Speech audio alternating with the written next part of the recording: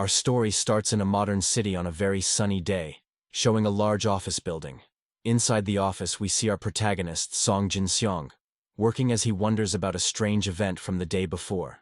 Focused on his keyboard, he tries to remember what exactly happened last night. Then, he recalls how a blue screen suddenly appeared in his room and startled him quite a bit. Surprised by the floating shop window, he wonders if he's just seeing things. Taking a closer look, he tries to buy a canned tuna but can't because he doesn't have any coins. Soon after, he finds a hammer for smashing zombie skulls costing 5 coins. This image gives him a vision of several zombies coming toward him, which makes him very worried. Back at the office, he ignores these thoughts, thinking his mind is just tired from exhaustion. Unexpectedly, his furious manager appears. Walking toward him and shouting his name, the boss approaches him and asks if he's daydreaming again. Slamming his hand on the desk, he tells the young man to focus and asks if he took care of last week's work. Jin-Seong knows the problem was with the other company, which didn't prepare the documents correctly. On top of that, he thinks his boss is incompetent and is now putting on a show for everyone to see. Annoyed by the lack of response, the manager glares at him with an angry expression. Then he yells and asks if the employee is going to keep responding to him like that. Suddenly, a female voice calls for the manager, making him change his expression instantly. A beautiful coworker offers him a drink and tells him to cheer up.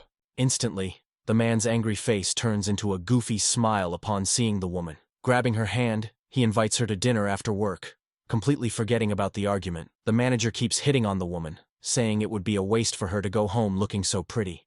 With an awkward smile, she declines the invitation, saying she already has other plans for today. The man accepts and says they can have a drink another time, while the woman politely agrees. As soon as the boss walks away, the woman sighs in relief, glad to be out of the awkward situation. Seeing this, Jin-Seong thanks her for her help, and she turns to him with a slight smile. Looking at the sky, he can only think about how much he'd like to go home right now. Outside, he gets angry at his boss, thinking that if it weren't for his colleague, he'd still be in there. Smoking on the rooftop, he laments not being able to leave the company, as finding a new job would be difficult. Thinking about the help he received, he decides he'll buy the woman a coffee later. Just then, Seon-ah herself appears on the rooftop and finds him there alone. Surprised, he asks what brings her up there since she doesn't even smoke. The woman explains that she came up to escape the annoying manager for a bit. She says a client disappeared and now the boss is taking it out on everyone and still asking her out. Suddenly, she feels a chill and comments that the day is a bit cold, leaving the guy confused. The woman insists it's not normal and shows her goosebumps even though she's wearing long sleeves. He laughs and says she must be sensitive to the cold, but she pulls out her phone to prove her point. Then, she shows him a social media post showing snow in Africa. Jin-Seong is shocked by the news and wonders if it's even real. She agrees it's strange, and at that moment, both of their phones start vibrating with an alert. It was a cold wave. Warning in the middle of summer, and right after, another emergency notification arrives. They read the alert, which warns of a sudden cold wave and a sharp drop in temperature. They both think it must be a mistake, as a cold wave warning in June makes no sense at all. Suddenly, a small snowflake gently falls onto Jin-Seong's outstretched hand. His colleague complains about the cold while he stares at the snow in his hand. Completely shocked, they both look up at the sky and are surprised to realize it's actually snowing in the middle of summer. By nightfall, the once sunny city is now completely covered in snow. Back in the office, the guy drinks something warm and thinks the world has finally gone crazy. Feeling it getting even colder, he decides to pack his things and head home right away. When he gets to the elevator, he sees the panel shows the 6th floor, so he calls it to go down. However, the elevator doesn't move, and he presses the button again, wondering if it's broken. Suddenly, a blast of icy wind hits him, making him hug himself and complain about the cold. With the status window in his head, he decides to take the stairs to leave quickly. As he goes down the steps, he keeps grumbling about the cold and the crazy weather. Nearing his floor, he hears the sound of the elevator doors closing behind him. Turning around, he sees the doors are open and wonders if the elevator wasn't broken after all. The doors keep opening and closing on their own, and he finds the silence of the place strange. Suddenly, all the lights go out, and the hallway is plunged into darkness, making him very nervous. Finding the situation dangerous, he decides to forget his things and just get out of there as fast as possible. Soon after, he hears a weird sound of scraping metal coming from inside the office. It gives him the chills, and he decides he needs to grab his things and run out of that place. He carefully enters the dark office to get his belongings and leave quickly. The guy finds the silence odd, and remembers there were more people there before he went to the rooftop. Arriving at his desk, he finds it all messy and wonders what happened. He notices the place looks like it was abandoned in a hurry and calls out for someone. That strange sound from before and the mess give him a very bad feeling. Determined to leave as quickly as possible, he grabs his backpack to finally go home. At that moment, a scary shadow of a person appears on the wall behind him. Startled by the sudden presence, he quickly turns around to see who is there. Looking toward the meeting room, he feels that there's something inside. Walking toward it, he steps on something on the floor and realizes it's a dirty ID badge. He takes a step back and looks at the identification card on the floor with curiosity. As he picks up the badge, he sees it's covered in a red liquid and belongs to a colleague. Frightened by what he found, he falls backward and wonders what happened there. Desperate, he starts crawling away from the meeting room in great fear. His eyes widen in terror as he stares intently at the room's door. Very cautiously, he peeks through the blinds to try and see what's happening in there. Inside the dark room, he can only see a pair of glowing red eyes shining brightly. The creature inside is crouched on the floor and seems to be feeding on something. Completely terrified by the scene, he can't believe what he's seeing. The creature lifts its head, revealing a mouthful of red liquid and sharp teeth. The guy is shocked to see that the creature is one of his transformed co-workers. Realizing their eyes have met, he panics and starts running away. The monster leaps over the desks and pursues him, violently knocking Jin-Seong to the floor. Fallen and scared, he can't believe he's face to face with a real zombie.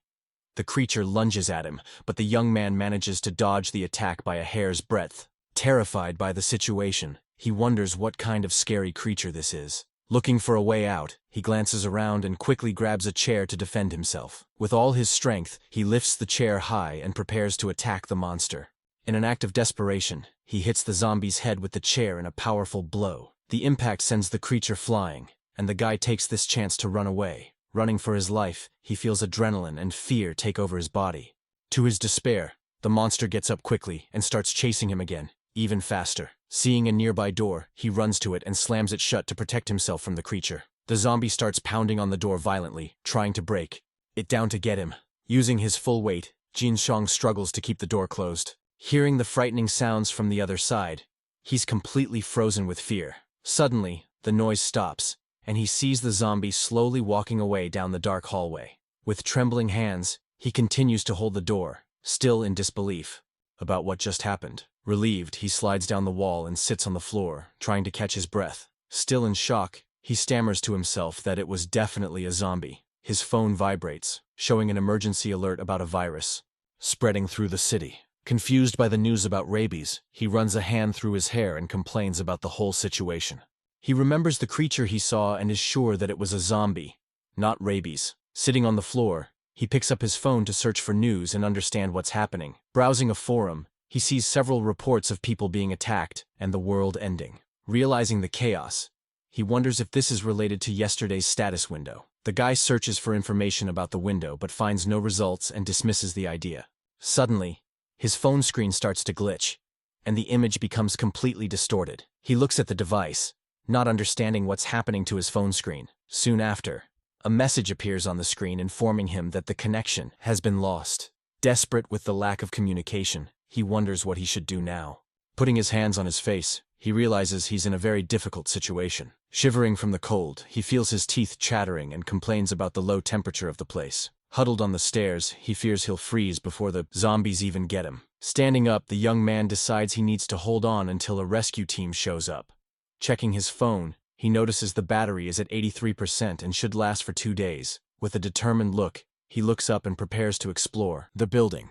Using his phone's flashlight to light the way, he starts climbing the stairs. Reaching the 7th floor, he sees that it houses the building's construction team. He enters the empty floor, hoping to find clothes or food to survive. He starts searching through the drawers, hoping to find something useful for his situation. In one of the drawers, he finds a clean, neatly folded dress shirt that he can wear. After changing his clothes, he feels much better and warmer to continue exploring. Now, his focus is on finding food, so he continues to search the floor's cabinets. With a smile on his face, he celebrates finding a backpack full of supplies. Inside the backpack, he finds food, water, and even a blanket to keep warm. He thanks the bag's unknown owner and puts it on his shoulders, ready for whatever comes next. With his supplies secured, he now needs to find a weapon to defend himself. Approaching a door, he is surprised to find a set of golf clubs. With an ironic smile, he realizes his boss's golf clubs might come in handy. He hangs his bag and the clubs on the staircase and prepares to wait out the night.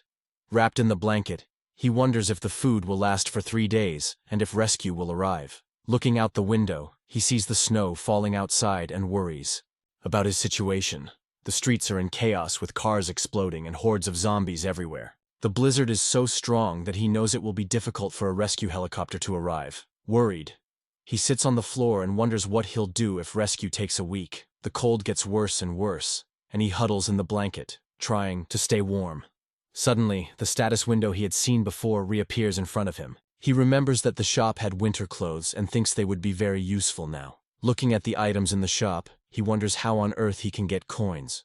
Focused on the blue screen, he tries to figure out a way to get coins to buy the items. With no clues, he lowers his head and tries to think of a solution to this problem. As the snow falls outside, he huddles in his blanket, feeling the cold increase more and more. Suddenly, he hears approaching footsteps and quickly gets up to investigate the source. The sound seems to be coming from the emergency exit door, so he prepares for a possible attack. The noise gradually gets louder, and he realizes something has tried to open the door. With his heart racing, the guy prepares for the worst and grips his golf club tightly.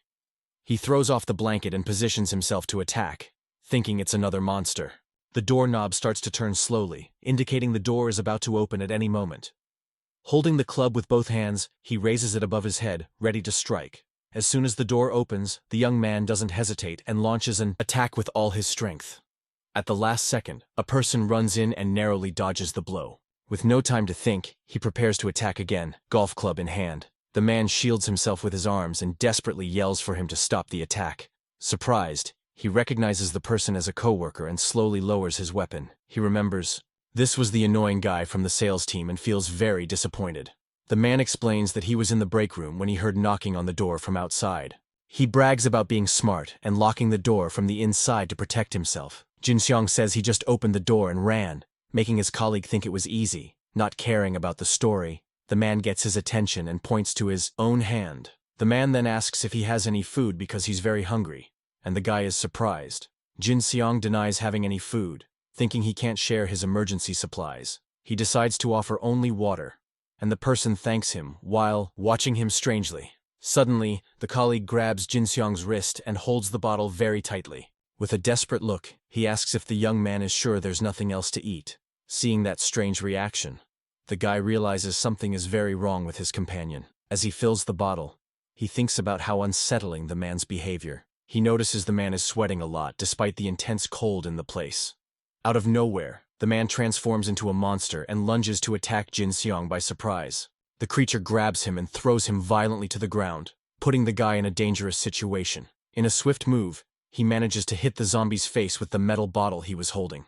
Seizing the opportunity, he grabs a golf club and prepares to finish the creature off for good. With all his strength, the young man lands a powerful blow on the monster's head, which falls to the ground. Even on the ground and injured, the zombie continues to groan and writhe in a frightening way. Seeing that the creature is still moving, he holds the club firmly for another decisive strike. Determined to survive, Jin-Seong strikes the monster several times without any mercy. The attack is brutal, and he keeps striking until he's sure the threat has been completely neutralized. He doesn't stop attacking the zombie on the floor, making sure it won't get up again. After the final blow, the guy finally stops and observes the result of his terrible actions. Completely exhausted and shocked, he tries to catch his breath after the intense fight. The status window appears in front of him, showing that he earned 1 coin from the fight. Noticing the connection, he opens the shop and sees that he now has 1 coin in his inventory. Looking at the items, he finally understands that he needs to eliminate zombies to earn coins. Annoyed, he realizes he risked his life for just 1 measly coin and becomes frustrated. With a serious look, he analyzes the zombie's body on the floor to understand what happened. Approaching carefully, he investigates the body to see if he can find any clues. He then notices a bite mark on the man's arm and understands how he got infected. Kneeling on the floor, he sighs with relief and mourns the loss of his former colleague. He goes back to the office and sits down to rest and process everything that has happened. He smokes a cigarette and thinks that he can't trust anyone anymore in this situation. The guy finds a pack of cigarettes and puts it in his bag for later. Suddenly, he hears screams from outside and gets up to see what's happening. Looking out the window, he observes the horror scene unfolding on the city streets. A survivor bravely fights with a bat against a horde of hungry zombies. Unfortunately, he gets surrounded by the monsters and is quickly overpowered by their large numbers. In no time, the man is completely overwhelmed by the zombies with no chance of escape.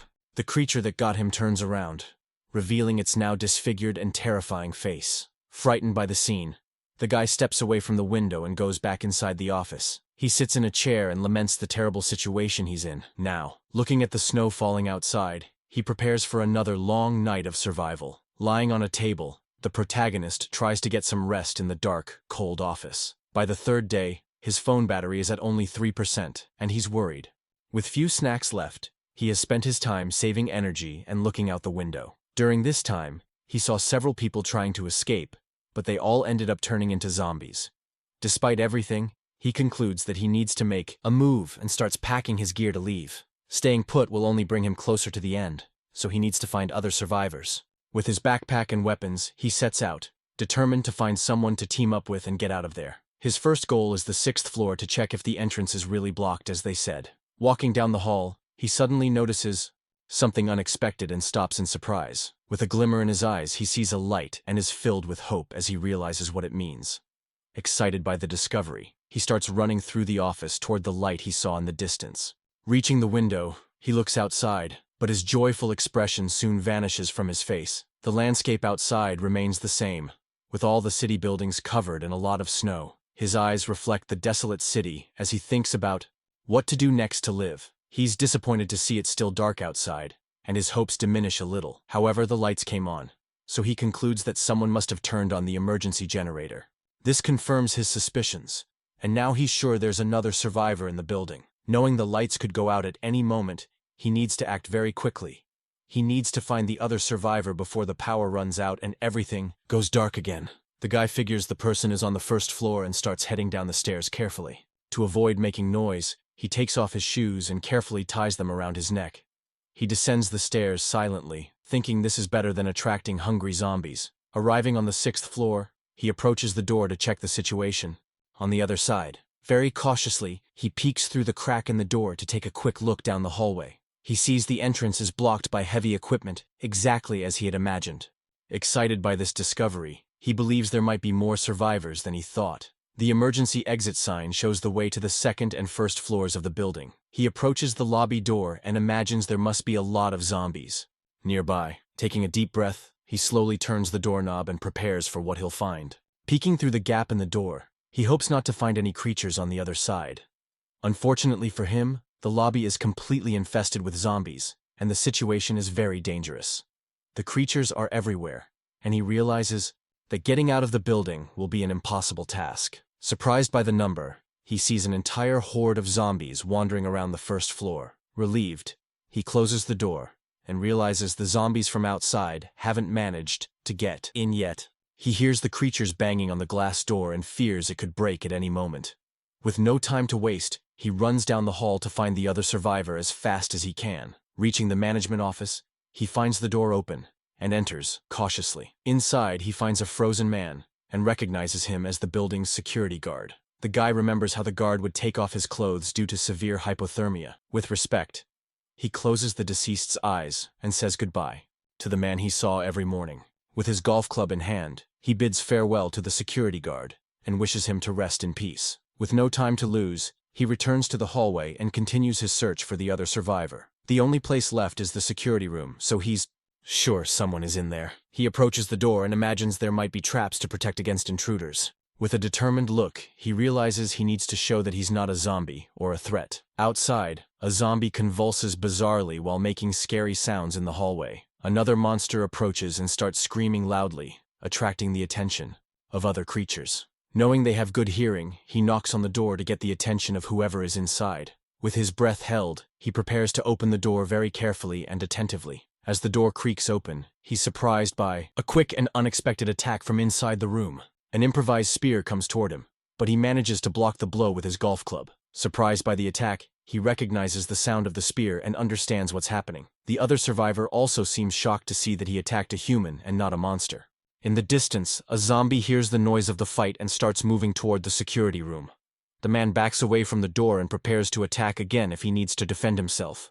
In a swift move, Jin-Seong manages to disarm the guy and pin him to the floor. He disarms the guy and throws him down to show he's not a threat. Taking advantage of the distraction, Jin-Seong manages to push the other guy into the room and closes the door. He quickly locks the door to ensure the zombies can't get inside. Now safe, the two survivors face each other, ready to find out who the other is. The man asks if he's human, and Jin-Seong confirms it, as they both eye each other suspiciously. Jin-Seong explains he came because of the generator, and the other immediately understands the situation. To identify himself, he shows his ID badge and introduces himself as the assistant manager of the sales team. The man introduces himself too, but Jin-Seong worries about the possibility of him being infected. He analyzes the guy and notices he isn't sweating and seems to feel the cold just like him. The two continue to stare at each other, and Jin-Seong tries to think of a plan for the situation.